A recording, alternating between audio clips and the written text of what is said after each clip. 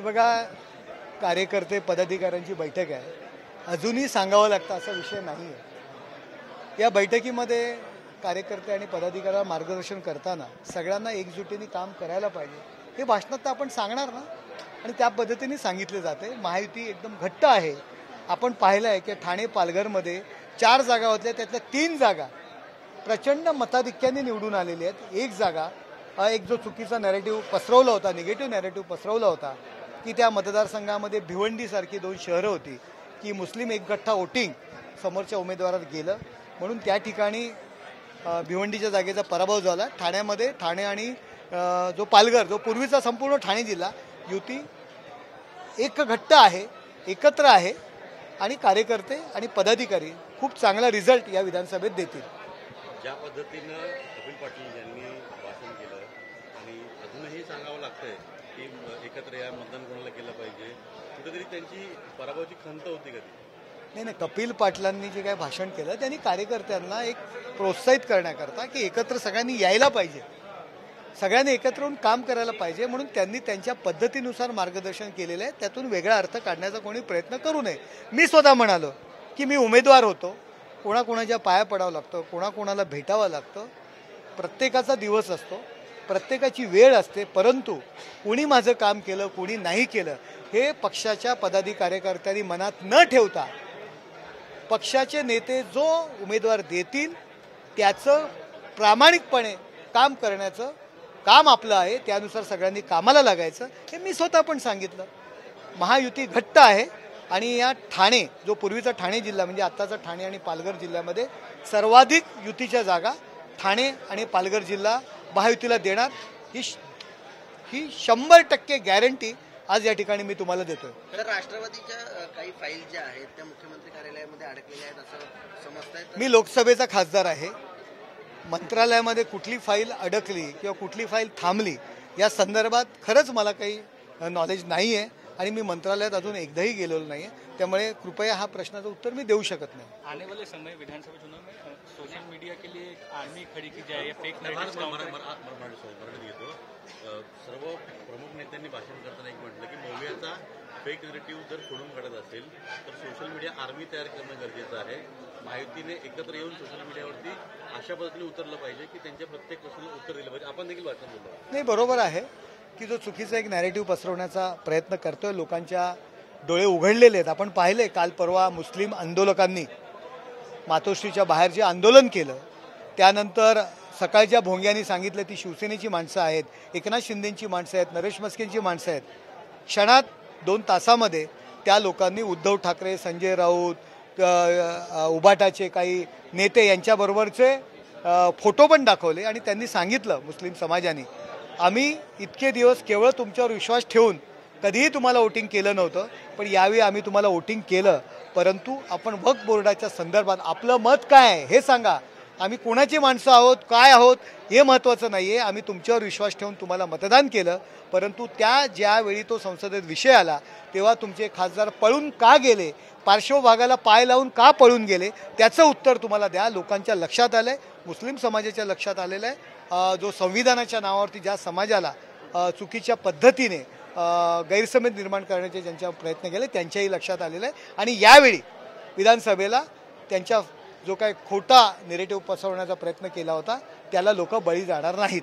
Social media army आणि social media बघा, social media माझ्या दृष्टीने महत्त्वाचा आहे।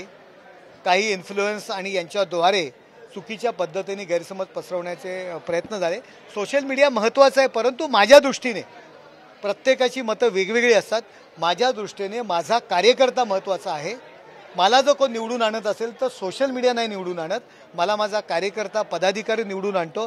जो कार्यकर्ता लोकांच्या घरापर्यंत पोहोचतो, लोकांच्या दारापर्यंत पोहोचतो, उपाशी पोटी राहून तो लोकांना माझा उमेदवार कसा चांगला आहे, माझा पक्ष कसा चांगला आहे हे लोकांपर्यंत घेऊन येतो आणि माझ्या मते सोशल मीडियापेक्षा माझा कार्यकर्ता महत्त्वाचा आहे। माझ्या दृष्टीने सोशल मीडिया महत्त्वाचा नाही, हे माझं वैयक्तिक मत आहे। सर, एका लोटचाच मुख्यमंत्री मी देशाच्या इतिहासात पाहिलेला नाही असं वक्तव्य राऊतांनी। संजय राऊत लोचट कोण आहे हे अख्ख्या हिंदुस्थानला माहीत आहे। लोचट कुणाला बनवलेला आहे? जो संजय राऊत शरद पवारांच्या उंबरठ्याबाहेर उभा राहतो, सुप्रिया सुळे आणि शरद पवारांना खुर्ची देण्याकरता त्याची किती धावपळ होते, स्वतः खुर्चीवरनं उठतो, सुप्रिया सुळेंसारख्या ज्युनियर खासदार त्यांच्यापेक्षा. ही लोचटगिरी नाही आहे मग काय आहे? ज्या उद्धव ठाकरे यांना दिल्लीमध्ये नेऊन बसवलं जातं आणि 3 दिवस सोनिया गांधी भेटतील का म्हणून त्या ठिकाणी ते वाट बघत बसतात. हा लोचटपणा आहे. याला काय म्हणतात? याला स्वाभिमान म्हणतात का? ज्या हिंदू हृदय सम्राट शिवसेना प्रमुख माननीय बाळासाहेब ठाकरे यांनी प्रश्न विचारला होता, सोनिया गांधी यांचे भारतासाठी योगदान काय, हिंदुस्थानासाठी योगदान काय, त्या सोनिया गांधी यांच्या दाराशी संजय राऊत उद्धव ठाकरे यांना घेऊन बसले होते. लोचट कुणाला म्हणायचं? जे गुप्ता बंधू इंटरनॅशनल घोटाळ्यामध्ये अडकलेले आहेत, देशामध्ये अनेक प्रकरणात अडकलेले आहेत, त्यांना काही मिळेल या आशेने उद्धव ठाकरे यांच्याशी त्यांच्या घरामध्ये बैठक घडवून आणतात. त्याकरता 3 दिवस त्यांना दिल्लीला जावं लागतं. लोचटपणा, याला लोचटपणा म्हणायचं का काय म्हणायचं? लोचट गुणिले लाख करोड याचं जे उत्तर येणार आहे ती उपमा संजय राऊत यांना असणार है. हिंदी में बता दीजिए सर, महायुति की बैठक ठाणे में हुई, महत्वपूर्ण बैठक, कई चीजें कही गई, इसमें सोशल मीडिया पर भी ध्यान देना पड़ेगा लोकसभा को देखते हुए. देखो, सोशल मीडिया पे ध्यान देना चाहिए, ध्यान देना पड़ेगा. बहुत से वक्ते यहाँ पर उन्होंने भाषण किया, वो भी महत्वपूर्ण है. सोशल मीडिया पे ध्यान देना चाहिए, लेकिन मुझे ऐसा लगता है कि सोशल मीडिया पे तो ध्यान देना चाहिए, लेकिन इलेक्शन में कार्यकर्ता बहुत महत्वपूर्ण होता है. जो कार्यकर्ता अपना उम्मीदवार, अपना पार्टी, अपना जाहिरनामा लोगों के हर घर के पास लेके जाते हैं, हर घर के अंदर जाता है, लोगों के सामने जाता है, मेरा उम्मीदवार कैसा अच्छा है, मेरा पार्टी कैसा अच्छा है, मेरे लोगों ने कैसा काम किया है. मेरे नज़र से जो मेरा महत्वपूर्ण जो मत है, मुझे लगता है सोशल मीडिया तो इम्पोर्टेंट है, लेकिन कार्यकर्ता महत्व का है. कार्यकर्ता सब इकट्ठा होके युति का काम करना चाहिए. अगर सोशल मीडिया को इतना इम्पोर्टेंट रहता तो ये बैठक लेने की जरूरत ही नहीं रहती, पदाधिकारी और कार्यकर्ताओं को जरूरत ही नहीं रहती. इसीलिए कार्यकर्ता महत्वपूर्ण है, सोशल मीडिया है, लेकिन जो कार्यकर्ता है वही महत्वपूर्ण है. ये इलेक्शन और पार्टी के काम में होता है. बीजेपी नेता कपिल पाटिल ने कहा है कि कहीं ना कहीं अभी भी साथ में आने की गरज हो रही है और सत्ता के लिए साथ में आए, ऐसी बात देखो कपिल पाटिल जी ने उनका जो मत यहाँ व्यक्त किया, महायुति के पदाधिकारी कार्यकर्ता यहाँ उपस्थित थे, उनको उन्होंने मार्गदर्शन करते समय बोला कि सबने इकट्ठा होना चाहिए.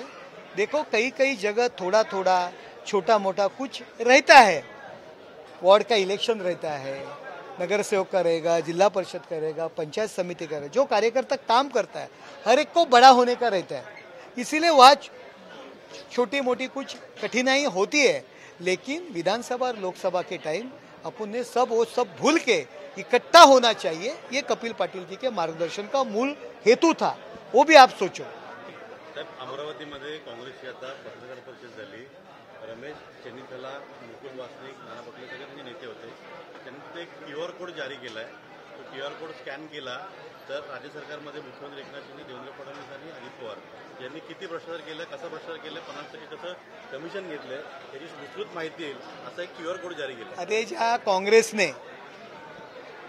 काँग्रेसने इतके वर्ष लोकांना फसवलं, हे मी नाही म्हणत आहे.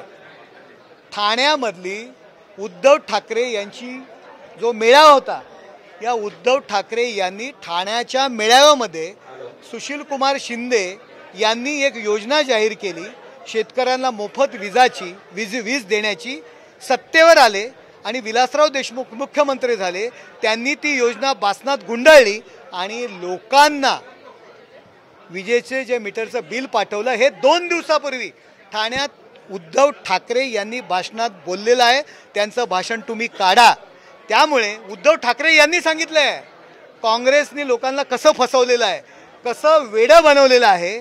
आणि ज्या काँग्रेसने बोफर्स राज्याच्या संरक्षण खात्यात भ्रष्टाचार केला आहे, ज्या काँग्रेसचे अनेक मंत्री, मी आता नावं नाही घेत आहे, यांना भ्रष्टाचार केला म्हणून मुख्यमंत्र्यांना राजीनामा द्यावा लागलेला आहे. शरद पवार हे सुद्धा काँग्रेसपासून बाजूला झालेले आहेत. तेव्हा त्यांनी सांगितलं काँग्रेस किती भ्रष्टाचारी आहे. त्या काँग्रेसला काय अधिकार आहे. माझं या ठिकाणी जाहीर आव्हान आहे, वडेट्टीवार असतील, आणखी कोण मुकुल काय ते चेनीथला असतील, आणखी कोण असतील, 2 दिवसापूर्वी ठाण्याच्या सभेमध्ये जर ते प्रामाणिक असतील तर 2 दिवसापूर्वी ठाण्याच्या सभेमध्ये उद्धव ठाकरे यांनी काँग्रेस कशी फसवी आहे, लोकांना कसं फसवलं हे जाहीरपणे 2 दिवसापूर्वीच्या भाषणात, ठाण्याच्या गडकरी रंगायतन येथील भाषणात सुशीलकुमार शिंदे आणि विलासराव देशमुख यांचं उदाहरण देऊन सांगितलेलं आहे. जर तुम्हाला पाठीचा कणा असेल, काँग्रेसबद्दल स्वाभिमान असेल, काँग्रेसबद्दल अभिमान असेल तर उद्धव ठाकरे यांना जा विचारा. हा माझं जाहीर आव्हान मी या काँग्रेसच्या नेत्यांना करतोय. लाडकी बहीण योजनेच्या बाबत जरांगे पाटील यांनी भीती व्यक्त केलेली आहे. त्यांनी असं म्हटलं की मतदान विकत घेण्यासाठी हा खेळ आहे. जरांगे पाटील फार मोठे नेते आहेत, त्याच्यामुळे त्यांच्यावर मत व्यक्त करणं मला उचित वाटत नाही. जरांगे पाटील फार मोठे नेते आहेत आणि आता मराठा आंदोलन, मराठा समाजाचे नेते म्हणून आज आम्ही त्यांचा रिस्पेक्ट करत होतो. पण आता ते राजकारणात उतरलेले आहेत आणि त्यांनी स्वतः 288 जागा निवडून आणण्याचा संकल्प केलेला आहे, उमेदवारांच्या मुलाखती सुरू केलेल्या आहे. त्यामुळे ते थोडं आमच्या बाजूने बोलणार, त्यांना निवडणुकीला उभं राहायचं आहे, त्यामुळे ते आमच्या विरोधात बोलणार. त्यांचं मी स्वागत करतो. सर, लाडकी बहीण योजनेचे पैसे परत घेणार असं काही माहिती दिली? आता मुख्यमंत्री, उपमुख्यमंत्री दोघांनी सांगितलंय ना की राणा बोललेले आहेत. राणा जे आहेत ते काही महायुतीचे स्पोक्सपर्सन नाही आहेत किंवा सरकारचे स्पोक्सपर्सन नाही आहेत. ते राणा एक बोलता भाषणात एक अधिकाराने त्या महिलांना बोलले होते. पण राणासारख्या नेत्यांनी थोडंसं आपल्या तोंडावर कंट्रोल करावा. आपण फार मोठे नेते आहात, परंतु तुम्हाला राज्य सरकारचे स्पोक्सपर्सन म्हणून अजून नियुक्ती केलेली नाही आहे. त्यामुळे त्यांनीसुद्धा संयम राखणं गरजेचं आहे. यावरती मुख्यमंत्री आणि देवेंद्र फडणवीस, अजितदादा देवेंद्र फडणवीसांनी सांगितलं आहे साहेबांनी कुणाच्या बापामध्ये हिंमत नाही. आता त्याचं उत्तर देवेंद्र फडणवीस साहेबांनी दिलं आहे, त्यामुळे मी आणखी वेगळं उत्तर देण्याची गरज मला वाटत नाही. थँक्यू.